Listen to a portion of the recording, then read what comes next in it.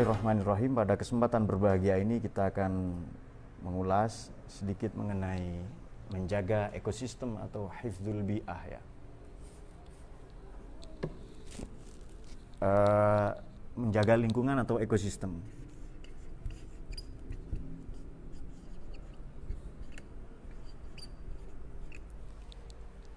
Baik. Rupa-rupanya manusia hidup di dunia ini, di permukaan bumi, di kulit luar bumi ini tidak sendirian. Ada makhluk-makhluk yang lain. Tetapi sebelumnya bumi itu apa? Di mana tempat kita berlindung, bernaung, dihamparkan rasa aman, rasa nyaman untuk kita bertempat tinggal, berdomisili, bercocok tanam, menikah bahkan, ini yang ditunggu-tunggu para jomblo. Bumi yang kita diami ini rupa-rupanya Al-Quran sekurang-kurangnya dalam banyak kesempatan ya, sekurang-kurangnya di Quran ini bumi dengan sekian variannya disebutkan lebih kurang 446 kali. Ada yang misalnya ja'ala lakumul ardo firasyan. Aku jadikan bumi ini hamparan. Meskipun bumi ini bulat, tetapi oleh karena daya tarik ya yang ada di bumi ini, maka seolah-olah bumi ini rata sedemikian rupa. Namun yang juga tidak kalah penting dari 446 sebutan itu, ada ayat yang berbunyi ja'ala lakumul ardo zalulan. Jadi ja'ala lakumul ardo zalul. Zalul ini apa? Allah menjadikan bumi selain firosh juga zalul. Zalul ini seperti binatang tunggangan. Ia jinak. Oleh karena itu kita seolah-olah berkendara di bumi ini dan akan sampai ke akhirat nanti tanpa merasakan guncangan, meskipun sesekali ada gempa ya, tanpa merasakan hentakan, impact, hantaman yang sungguh-sungguh keras kecuali pada kiamat nanti yang menghancurkan dunia. Dan kita merasa nyaman sekali. Boleh kita ibaratkan unta, boleh kita ibaratkan sapi. Ini tunggangan klasik lah ya, kalau sekarang mungkin Ferrari, Mercedes-Benz, BMW kalau zaman sekarang lah ya, Audi dan lain-lain. Odong-odong boleh nggak? Nggak apa-apa, asal merasa nyaman. Dan itu anak saya senang karena merasa nyaman ya. Anak saya yang ketiga. Baik. Zalul maknanya selain tunggangan, kenyamanan, kedamaian dan kita tahu bahwa puncak kemakhlukan unta puncak kemakhlukan sapi. Ini kalau kita ibaratkan bumi itu unta atau sapi, puncak kemakhlukan unta atau puncak kemakhlukan sapi adalah kalau ia bersedia dengan riang gembira dikendarai manusia. Satu, memasok dagingnya, memberikan manfaat berupa dagingnya kepada kita. Dua, kemudian yang tak kalah penting, sapi ini juga memberikan susunya kepada kita. Meskipun sekarang ada merek susu sapi, ternyata bukan susu sapi, mungkin susu jerapah lah ya, yang lebih ekstrim itu. Susu lalat kalau ada. Saya kan nggak tahu lalat menyusui atau enggak. Silakan diteliti. Nah, ja'ala lakumul ardo zalulan berarti bumi ini memang hari semalam hanya siang 4 jam, malam 4 jam. Jadi bumi sebelum 100 tahun yang lalu belum siap untuk dihuni manusia. Tapi begitu Allah ciptakan, setelah bumi siap, maka Allah ciptakan Nabi Adam itu untuk nanti mengelola bumi.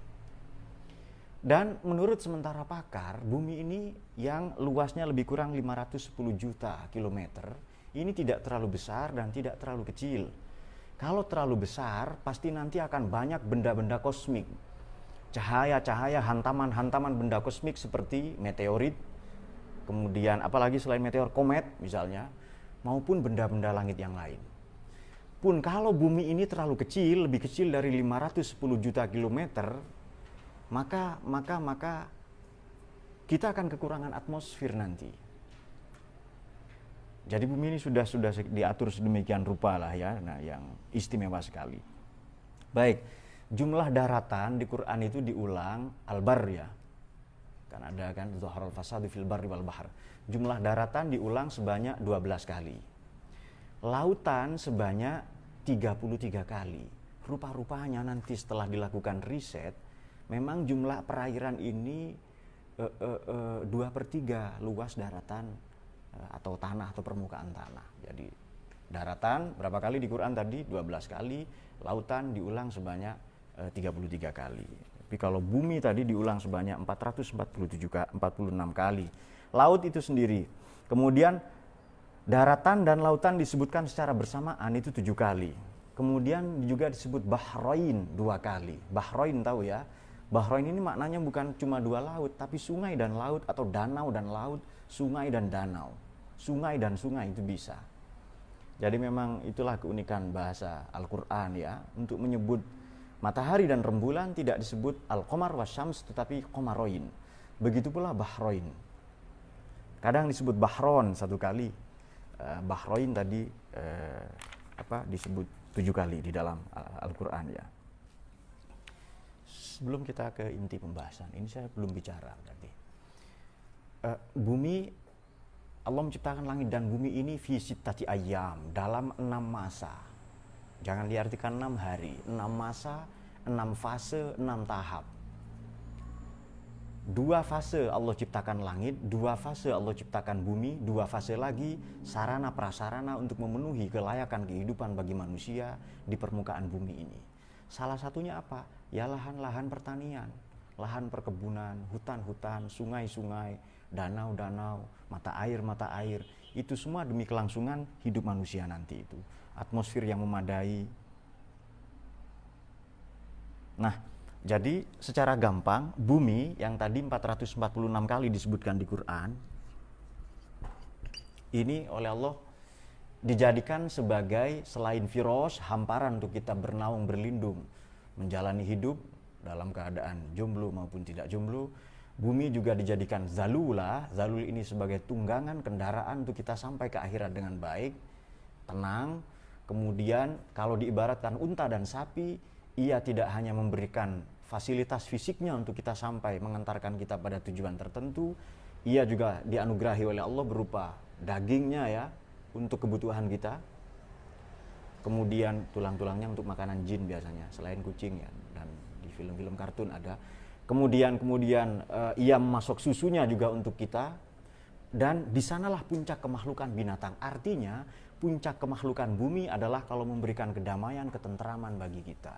Itu puncak kemakhlukan bumi. Nah, baik. Sudah bumi demikian ya.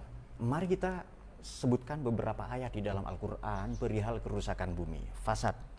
Fasada ini di Quran dalam sekian bentuknya disebutkan 36 kali. Anda bisa memeriksa di banyak literatur ya, di Mufrad Al-Fadhul Quran, kemudian di Fathur Rahman li Tolibi ayatil Quran, atau Basairul Dzawit Tamyiz, atau Anda juga bisa mencarinya di Nazbud Duror ya, fi tanasubi ayati baswar.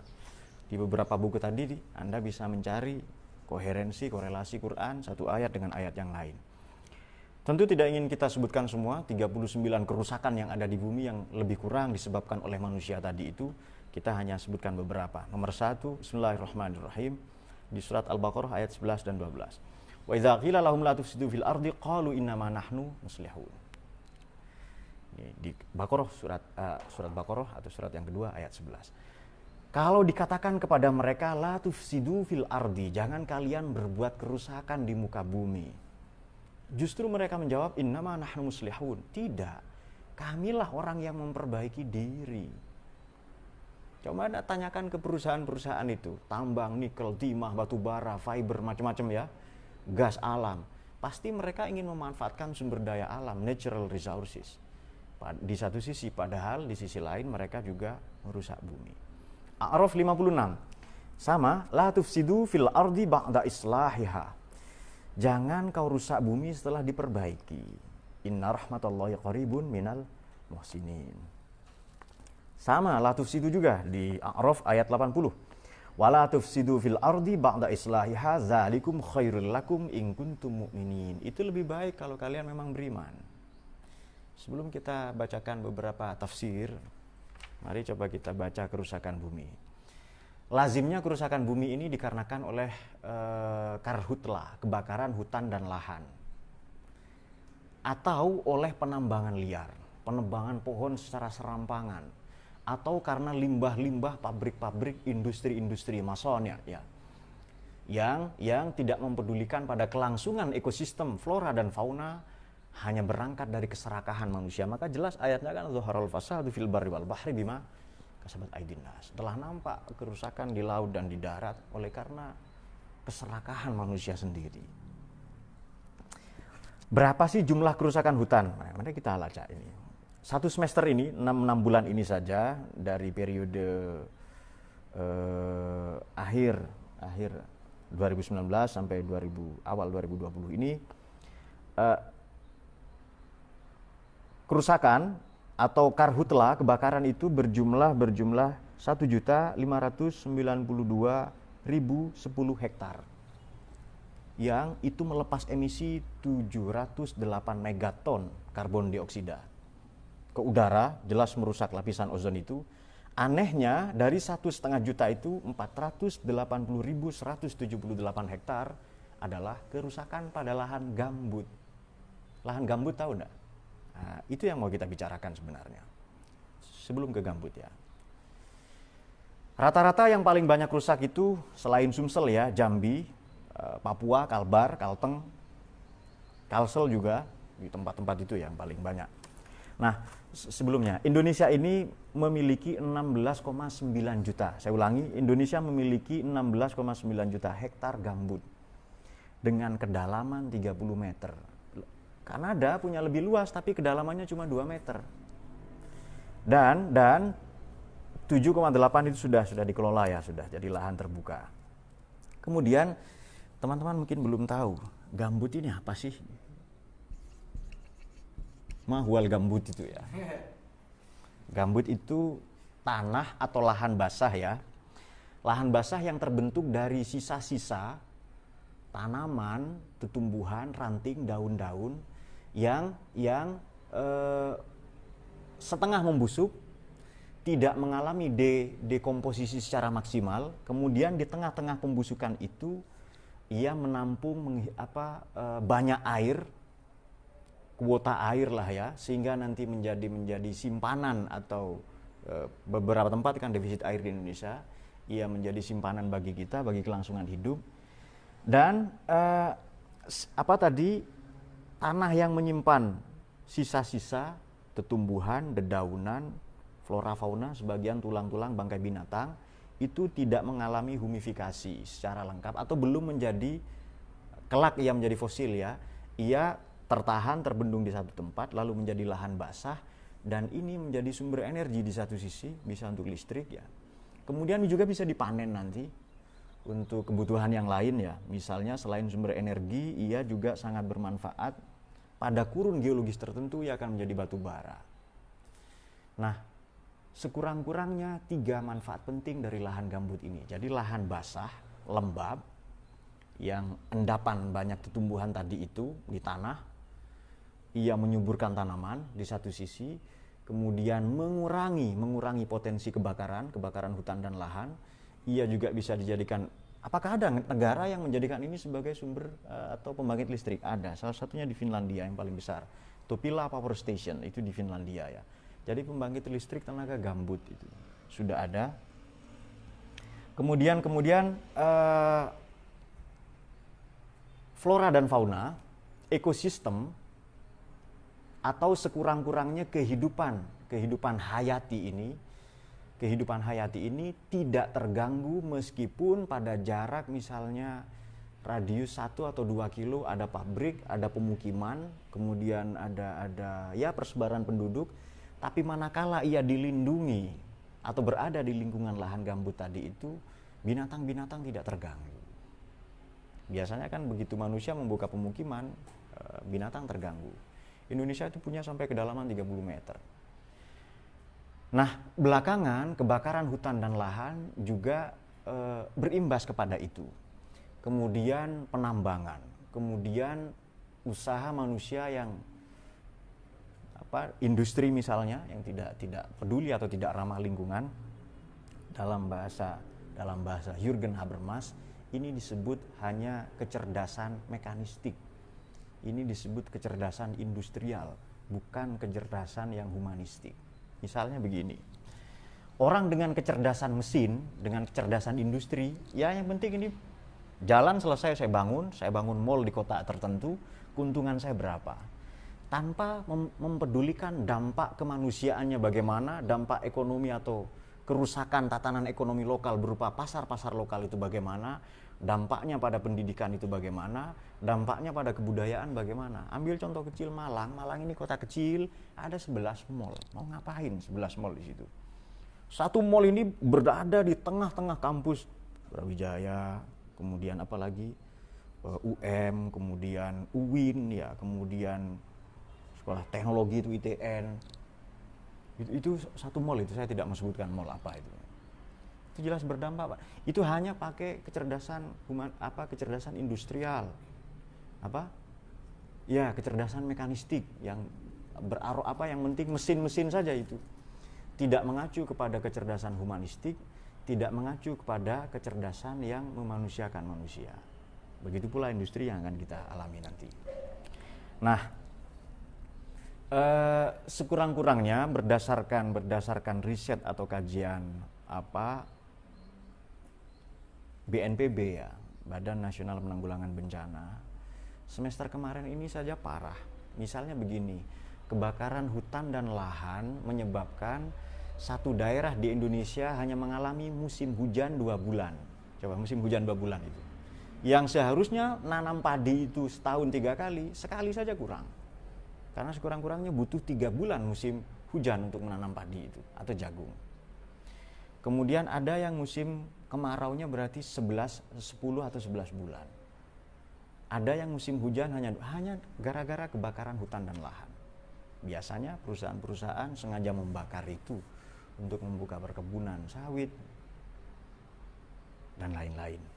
Itu keserakan manusia.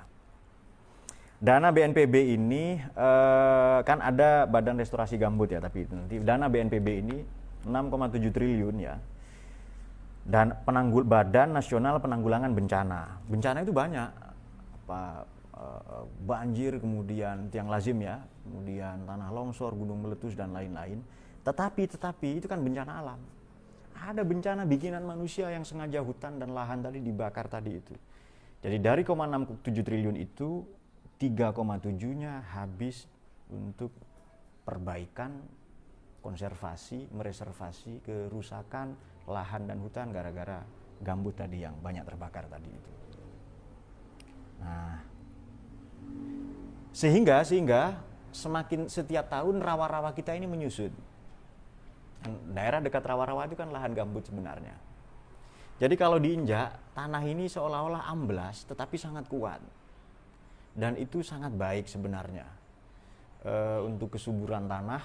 Oleh karena itu Indonesia dijajah lah ya, karena tanahnya yang sangat subur tadi itu.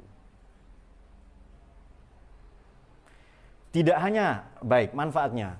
Oleh karena itu begitu kerusakan hutan dan lahan ini mengalami titik nadirnya, 2015 ini bencana kebakaran paling parah sampai tersebar ke negara-negara tetangga kita.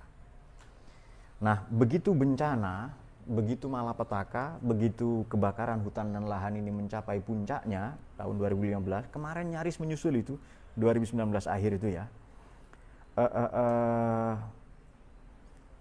Anehnya untuk kawasan Indonesia ini kerusakan lingkungan yang ia juga ada polusi udara.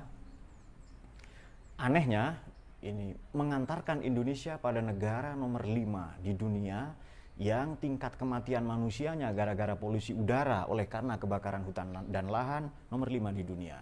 Nomor satu Tiongkok ya, Cina penduduknya 1,3 miliar, 2 India penduduknya 1,2 miliar. Di Cina 1.500.000 orang mati gara-gara kebakaran hutan dan lahan polusi. Di India 1 juta, penduduknya 1,2 miliar. Nanti yang ketiga Nigeria, yang keempat Pakistan, yang kelima Indonesia. 150.000 orang mati gara-gara polusi udara. Walhasil Indonesia negara yang tidak layak huni karena kerusakan alam, kerusakan lingkungan. Dan itu disengaja. Bukan karena gunung meletus atau gempa misalnya. Itu kan tidak sengaja kan. Ada gempa yang disengaja, katanya gempa di kamar. Itu gempanya para pengantin baru, para jomblo tidak usah tahu ini. Allahumma sholli ala sayyidina Muhammad. Allahumma sholli wa barik alaihi. Nah, itu beberapa fakta yang kita alami di Indonesia itu ya. Fakta-fakta yang mencengangkan, yang miris sekali. Jadi sedikit saya singgung ya. Dari tahun kemarin luas kebakaran karhutla, kebakaran hutan dan lahan 2019 itu 1.592.010 hektar. 400, artinya sepertiga, 480.178 hektar diantaranya lahan gambut yang rusak. Itu bisa, belum kerusakan laut, belum penggunaan plastik, Indonesia nomor 2 aja setelah Cina. Belum lagi sampah-sampah yang tidak sampai ke pusat atau tempat pembuangan akhir. Wah, ini berbahaya sekali. Jadi kita ini negara konsumtif, tidak peduli kepada ekosistem. Baik. Coba kita tinjau dari perspektif ayat tadi, wa idza qila lahum la tufsidu fil ardi qalu innama nahnu muslihun. Itu suratul Baqarah ayat 11. Mari kita buka tafsir At-Tabari. Beliau wafat tahun 310 Hijriah. Ibnu Jarir At-Tabari ini orang Tabaristan. Beliau ulama yang membujang atau jomblo sampai meninggal. Anda boleh tiru, ini salah satunya. Banyak ya, selain Imam Nawawi, Ibnu Taimiyah gitu ya. Kalau boleh dikatakan ulama, kalau enggak sarjana saja. Ibnu Taimiyah, kemudian siapa lagi? Rabi'atul Adawiyah. Banyak sekali. Wakilah Imam Ghazali juga. Ulama-ulama jomblo yang keren lah ya. Anda enggak apa-apa mau jadi jomblo seperti mereka. Kata Imam At-Tabari, la tufsidu la tu'su. Jangan bermaksiat. Li fasad, atau berbuat kerusakan. Fasad itu apa? Kata Imam At-Tabari adalah al-maksiyah. Itu maksiat. Maksiat ini bukan hanya pada Allah ya, juga pada zalim, pada sama manusia, pada lingkungan. Kemudian fakana fasaduhum zalika maksiyatullahi. Li'anna man asallahu fil ardi wa amara bi maksiyatihi faqad afsada fil ardi. Li'anna aslahal ardo was sama bitta'ah. Kebaikan tatanan, normalnya tatanan di dunia, di langit dan di bumi adalah kalau manusia taat. Nah, taat kepada Tuhan berarti kita taat dalam tidak cerdas ya, beragama. Taat kepada pemerintah berarti kita taat bernegara. Taat kepada aturan itu loh, selain aturan Allah itu. Nah, mereka yang tufsidu fil ardi itu sebenarnya mereka bayangkan ya. Di tengah-tengah ekonomi Indonesia dahulu, saya tidak sebutkan tokohnya lah ya. Ada salah seorang tokoh mantan menteri menyebutkan begini, seandainya Indonesia ini tidak dikorupsi di sektor perhutanan, di sektor laut, hutan, dan sumber daya mineral, saya ulangi, ini kata seorang tokoh ya, saya tidak sebutkan, seandainya Indonesia ini former ministry, menteri yang di masa yang lalu ya, seandainya Indonesia ini tidak korupsi di sektor hutan, laut, kemudian sumber daya mineral, maka Anda tidak usah kerja. 265 juta orang Indonesia tidak usah kerja dan ia akan mendapatkan gaji 15-30 juta per bulan, tidak usah kerja. Betapa kayanya alam kita ini kalau tidak dikorupsi loh ya. Sekarang hitung banyak tidak yang mati kelaparan, kekurangan, atau pendapatannya di bawah $2 misalnya, termasuk orang miskin. Kalau banyak, itu kan pemerintah hanya pakai data-data saja itu. Apa kemiskinan teratasi 6%? Buktinya banyak yang masih miskin itu. Nah, ini bukti juga lagi-lagi bahwa kerusakan itu, kerusakan sistemik, keterlanjuran sistem yang berlaku di Indonesia ini salah satunya dilakukan oleh orang-orang pintar atau oknum pemerintah tadi yang bermaksiat ya. Mari kita coba buka tafsir Al-Kasyaf Zamakhsyari, wafat 538 Hijriah. Fasad itu maknanya dua. Nomor satu, la tufsidu tadi itu ya. Nomor satu adalah khurujus syai' an hal istiqamatihi wa kaunihi muntafi'an bihi wa tanqiduhu as-salah. Adalah keluarnya atau melencengnya satu aturan, melencengnya sesuatu ya dari tatanan atau aturan tertentu sehingga daya manfaatnya berkurang dan daya solahnya atau yang tadinya sholah ini kemudian berbalik sama sekali. Jadi begitu keseimbangan yang ada di laut misalnya dikotori oleh sampah plastik, dahulu kan yang ada di ikan paus itu kan Nabi Yunus ya. Sekarang yang ada di perut ikan paus dan perut-perut ikan yang lain adalah plastik. Dahulu mungkin ikan mujair juga ada plastiknya sekarang karena sudah banyak sekali sampah ya. Kita nomor 2 setelah Cina itu. Sudah kita sampaikan di kajian yang lalu di kanal yang sama. Kemudian yang kedua adalah haijul harub wal fitan. Haij atau haja ini maknanya kecamuk. Terjadinya kecamuk perang dan fitnah. Ini boleh dikatakan perang sipil ya, civil war, atau perang industri atau Cold War, perang dingin sekurang-kurangnya sejak 1947. Atau perang ideologi. Kalau sudah ada perang itu, perang dagang nih, Cina dengan Amerika, lalu jadi corona misalnya. Apa dampaknya? Dampaknya adalah terjadi fasad, kerusakan. Tatanan ekonomi, kebudayaan, pendidikan yang tadinya normal dan baik-baik saja sekarang itu yang terjadi itu. Nah, kemudian mari kita periksa suratul A'raf ayat 56.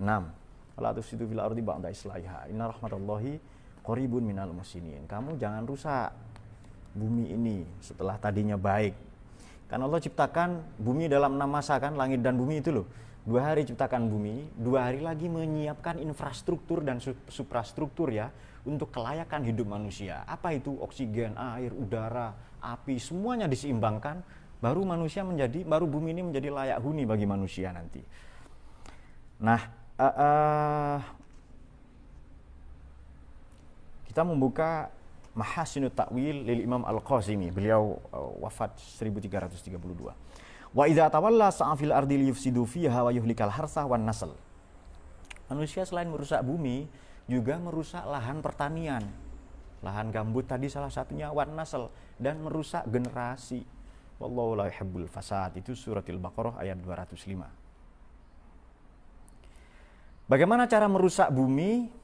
Merusak pertanian, lahan pertanian, perkebunan, kemudian merusak generasi. Bagaimana? Bidkhalis syubahi fi qulubil muslimin wa bistikhrajil hayil fi qulubihi li taqwiyatil kufri. Pertama adalah memasukkan propaganda, menancapkan subhat-subhat, menancapkan ketaksaan, ambiguitas. Ketaksaan ini bahasa Indonesia, tapi jarang kita pakai. Ada di KBBI ya, boleh dilacak. Menancapkan ambiguitas, memasukkan propaganda, menggelindingkan hoax, disinformasi berita, tsunami hoax dan lain-lain. Tujuannya apa? Supaya nanti masing-masing kita bersifat konsumtif, tidak produktif. Hanya memakai, membeli, tidak menanam, memproduksi. Akhirnya apa? Ya generasi kita rusak, generasi kita manja. Air yang kita minum sudah berpenyakit itu. Beras yang kita makan sudah mengandung kanker dan lain-lain. Belum lagi ikan. Semua sudah diracuni. Bahkan diimunisasi kita kan, dimasukkan virus itu sebenarnya. Kuman, bahan kimia, yang nanti kalau kita sakit, obatnya sudah ada di apotek itu. Obat kimia juga. Ini kan perang dagang sebenarnya. Satu itu. Ini pandangan siapa tadi? Mahasinut Ta'wil lil Imam Al-Qasimi. Kemudian yang kedua, wa bistikhrajil hayil, dan mengeluarkan al-hayl ini sebenarnya hailah. Makna kampung, kita ngaji di kampung dulu, akal bulus. Tindak hipokrit. Akal bulus lah ya, kalau Anda lebih paham akal bulus saja enggak apa-apa. Sudah itu. Bulus kan tahu kan ya? Sulafatun bahri itu bahasa Arabnya. Tujuannya apa? Supaya kita nanti kelak menutupi kebenaran. Contoh paling sederhana, ini momen bulan puasa. Puasa ini sebenarnya menyehatkan. Kalau mau puasa, minumlah obat penghancur lemak misalnya. Kalau puasa itu loh kan, iklan di TV itu loh. Kemudian puasa itu menyebabkan Anda sakit mah, maka minumlah obat anti nyeri lambung dan lain-lain. Kenapa puasa digambarkan kita kelaparan, lalu ada iklan sirup bertebaran, kan ada Mbah Surip dan Mbah Marijan katanya kan ya. Nah itu katanya nama sirup diplesetkan menjadi Mbah Surip dan Mbah Marijan, nanti di surga ketemu itu. Syarab dari kata syarab ya, itu sirup bahasa Arab. sholat itu digambarkan, diiklankan sulit, lalu kita perlahan-lahan menghindari sholat. Puasa, kemudian zakat itu dicitrakan sangat berat, zakat mal terutama. Yang ringan apa? Zakat mal misalnya.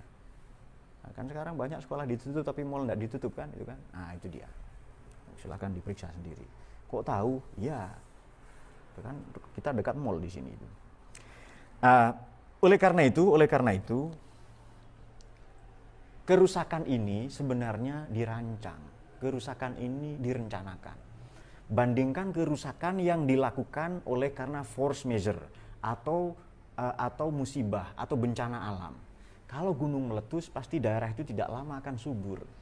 Kalau gempa maka bumi ini sedang menyeimbangkan dirinya. Tapi kalau kerusakan yang dilakukan oleh manusia, bima kasabat aidinas, kita bisa melihatnya dalam dua sisi.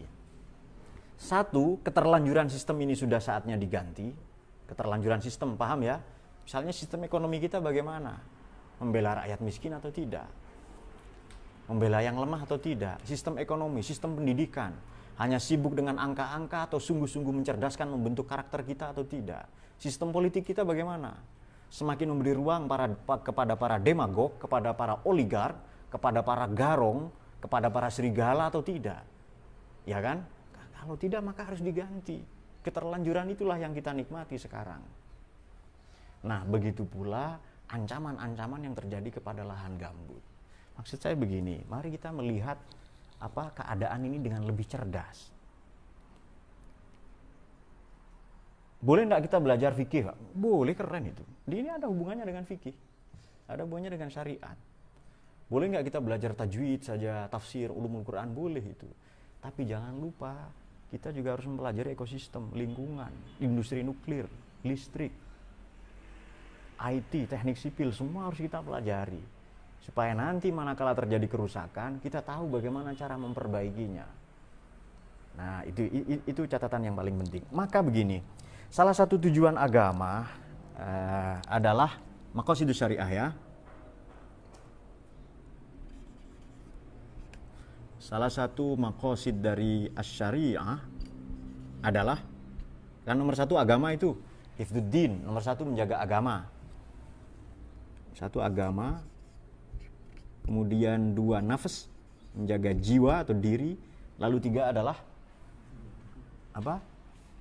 Hifdzul, ya akal bolehlah itu, akal, mal, dan nasl. Lantas hifdzul bi'ah, menjaga ekosistem ini masuk yang mana? Hemat saya termasuk lima-limanya. Kalau perlu kita ikuti Imam Al-Qarafi, tambah satu lagi, hifdzul bi'ah itu, menjaga lingkungan, menjaga ekosistem. Baik, menjaga agama. Misalnya, agama menganjurkan kita apa? Mengajarkan kita apa? Apakah agama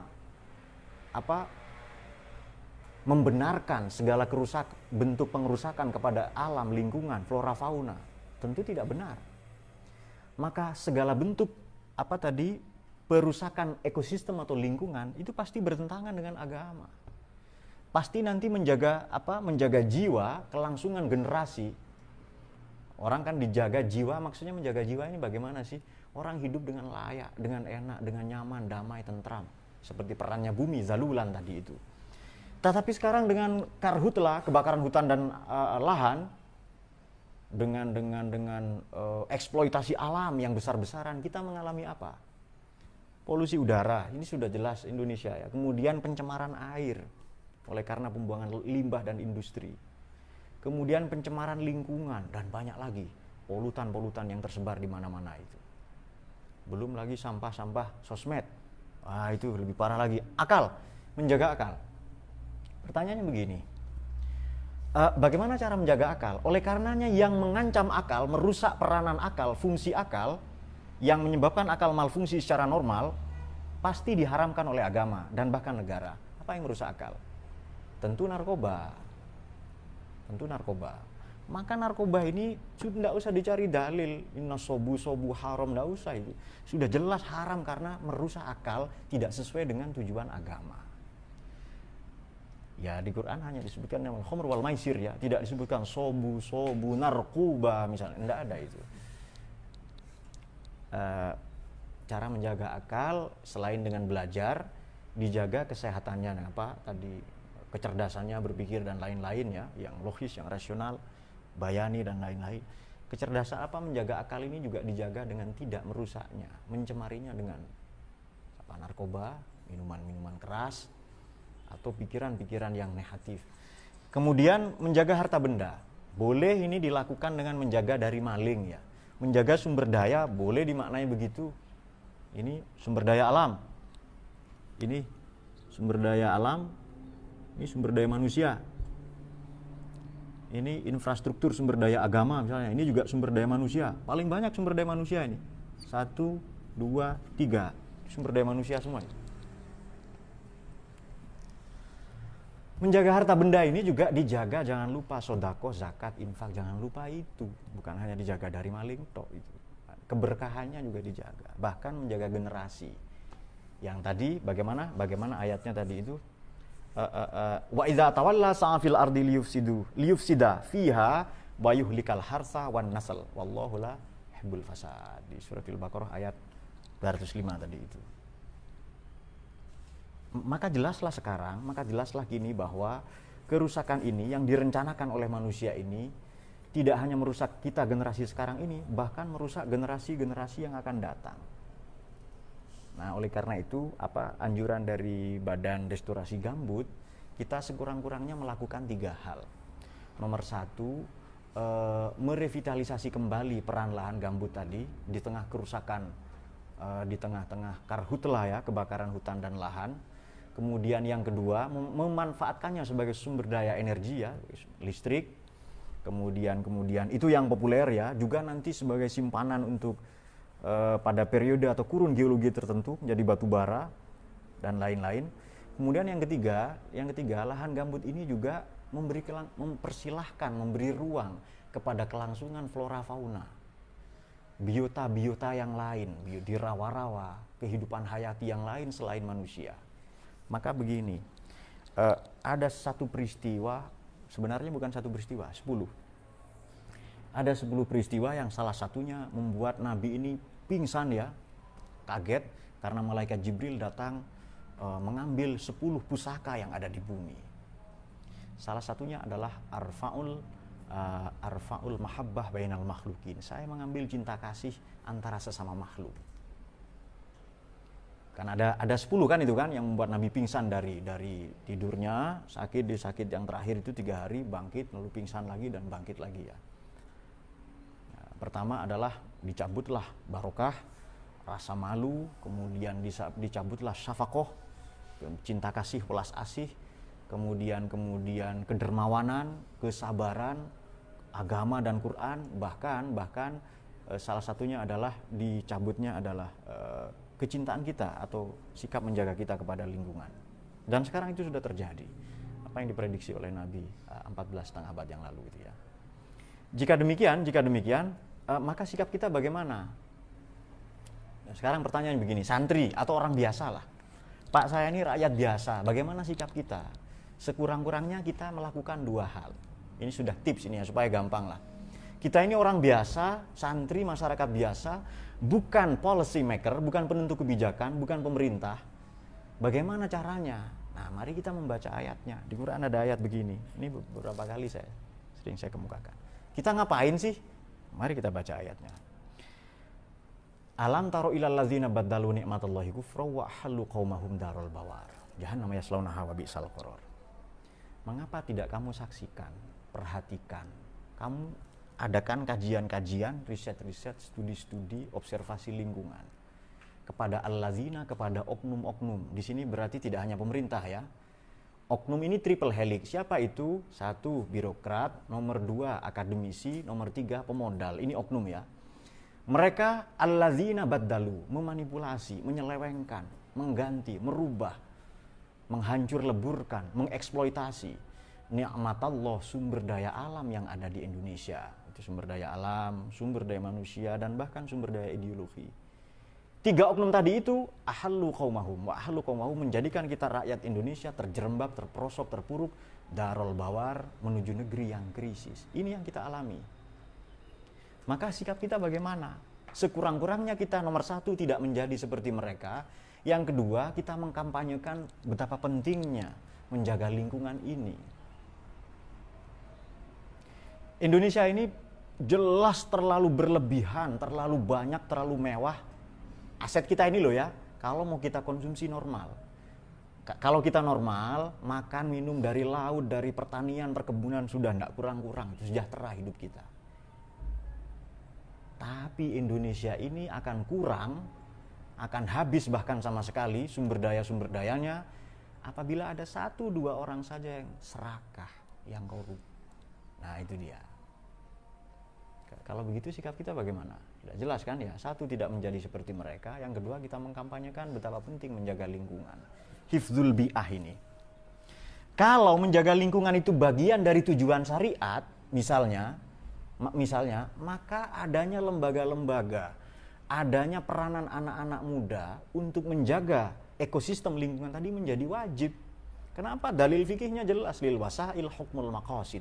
Tujuan dengan cara hukumnya sama. Bikin pesawat terbang tidak wajib, tapi kalau untuk haji wajib, maka bikin pesawat terbang wajib.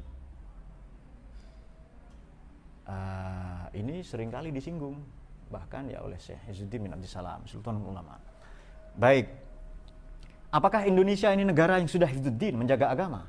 Sudah. Apakah Indonesia ini menjaga warga negaranya? Iya. Apakah Indonesia ini menjaga akalnya, melarang narkoba? Akal masyarakatnya jelas. Apakah Indonesia melindungi harta benda, sumber daya alam, dan lain-lain? Iya, meskipun kurang maksimal. Apakah Indonesia melindungi generasi kita sampai yang akan datang NKRI? Kalau iya, Indonesia ini sudah syar'i. Nggak usah mimpi bikin NKRI bersyariat. Itu salah besar. Orang nggak paham sebenarnya itu. Kalau agama dan negara sudah selesai di Indonesia ini, maka sudah selesai. Tinggal yang ada ini dimaksimalkan. Yang ada dimaksimalkan itu. Apa tadi? Badan Restorasi Gambut, BNPB, itu semua dimaksimalkan. Nah, kadang begini. Kita ini hanya berharap terlalu tinggi pada pemerintah. Sementara pemerintah layanannya kurang.